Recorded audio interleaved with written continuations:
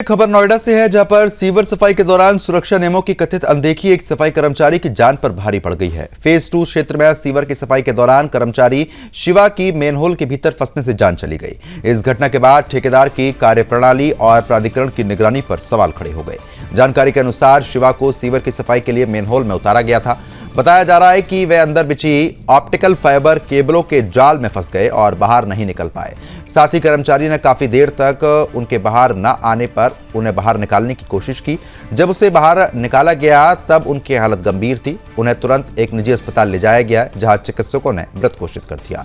घटना के समय और सुरक्षा व्यवस्था को लेकर अधिकारियों के अलग अलग दावे सामने आ रहे हैं। जलखंड के वरिष्ठ प्रबंधक पीसी सेन का कहना है कि ठेकेदार ललित त्यागी ने शाम 4 बजे सुरक्षा उपकरणों के साथ कर्मचारियों को उतारा था, लेकिन इसकी सूचना अपर अभियंता को नहीं दी गई थी। वहीं महाप्रबंधक जल सीवर आरपी सिंह ने कहा कि सफाई कर्मचारी को शाम 6:30 बजे मेनहोल में उतारा गया, जबकि शाम 5 बजे के बाद सीवर की सफाई पर पहले से ही प्रतिबंध है।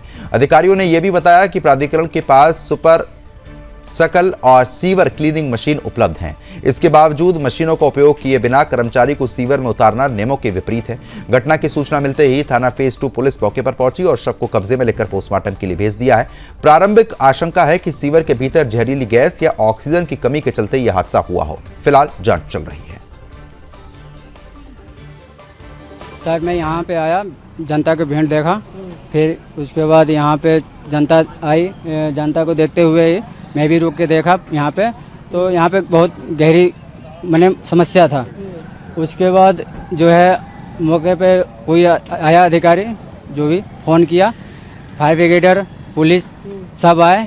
और फिर से ये मिट्टी हटाने वाला जो जेसीबी आई, वो सारा अपना कार्रवाई किए। करने के बाद 2-3 घंटे लग गए, अपना निकाले और लेके चले गए।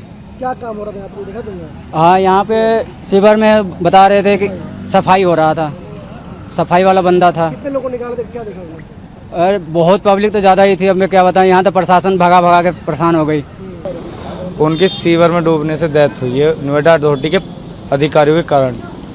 नोएडा अथॉरिटी में इतनी बड़ी बड़ी मशीनें हैं, मशीनें सिर्फ वो जंग लगाने के लिए खड़ी कर रखी हैं। मेरा भाई 4 घंटे सीवर के अंदर रहा, पर अधिकारी ना तो कोई अधिकारी आया।